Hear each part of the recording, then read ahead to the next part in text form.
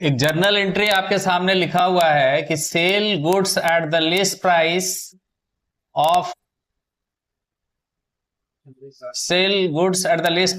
Rupees 60,000 है ना, 60,000 to Ganesh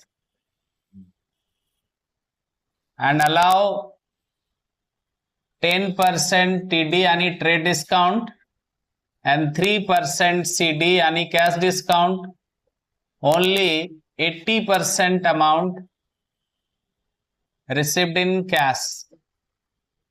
बड़ा सिंपल और आसान है, ध्यान से बनाइए। जैसे कि आप पहले से जानते हैं, बहुत कुछ आपको पहले से पता है कि अगर इस तरह का जर्नल एंट्री आपके सामने है, इस क्वेश्चन में नगद भी है, उधार भी है और ट्रेड डिस्काउंट भी है, कैश डिस्काउंट भी है।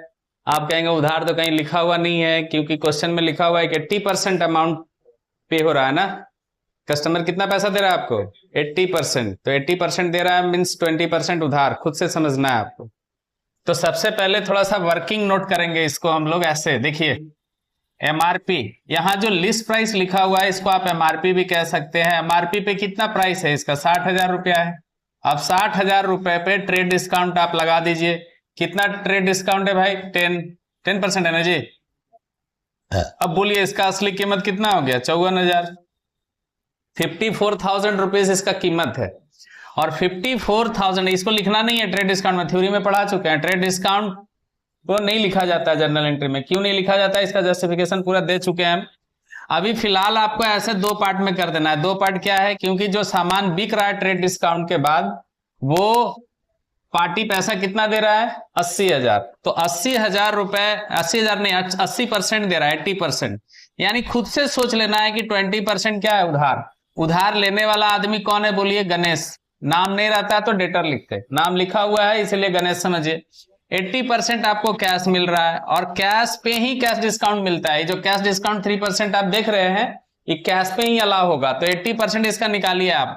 तो ऐसे कहीं साइड में आप निकाल सकते हैं 54,000 का 80% कितना होता है? 1 0 से 1 0 कैंसिल कर दीजिए। 8 चौका 32, हाथ में 3, 8 पे 40, 3 43। क्या जी? 43,200 है जी। और 54,000 का 20% कितना होगा? 10,800। ये तो सिंपल ऐसे डायरेक्टली निकल जाएगा, क्योंकि 5400 रुपया होगा 10%, 5400 का डबल कर दिए तो 20% हो गया। आपको पता चल गया उधार भी कितना है? 10,800 और नगद कितना है? 43,200, 43,200। अब आपको इस पे 3% डिस्काउंट लगाना है। नंदनी यही गलती की है। 3% CD यहां चार्ज करना है 43,200 पे। ऐसे 43,200 इंटू 3% ऐसे 0 0, 3 दूनी 6, 3 तिया 9, 3 चौके 12, यानी 1296 रुपया है था। इतना था जी, 1296 रुपया कैश डिस्काउंट है। 10 में 6 4, 9 में 9 0, यहां पर ले आइए। 11 में 2 जाएगा तो 9 बचेगा, 2 में 1 1 और यहाँ 4, 41,904 रुपया ही कस्टमर हमको दे रहा है। जर्नल एंट्री बड़ा सिंपल है। जैसे आप जर्नल एंट्री क्या बनाते थे? Cash account DR to sale, इतना तो आपको पता है। एक ट्रिक भी पता है, कैश डिस्काउंट, डिस्काउंट हमेशा कैश के साथ, ट्रिक भी पता है। और अगर आपको ट्रिक नहीं मालूम है तो आप ये बोल सकते हैं कि सर डिस्काउंट यहां हम दे रहे हैं, all expenses and losses are debit, nominal account का रूल चलेगा। क्योंकि डिस्काउंट कौन अकाउंट है जी?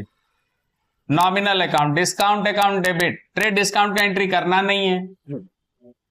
और उधार किसको बेचा गया है? गणेश को। तो आप गणेश को भी डेबिट कर लीजिए। क्यों? गणेश डेटर है ना जी, एसेट्स हमारा बढ़ रहा है ना।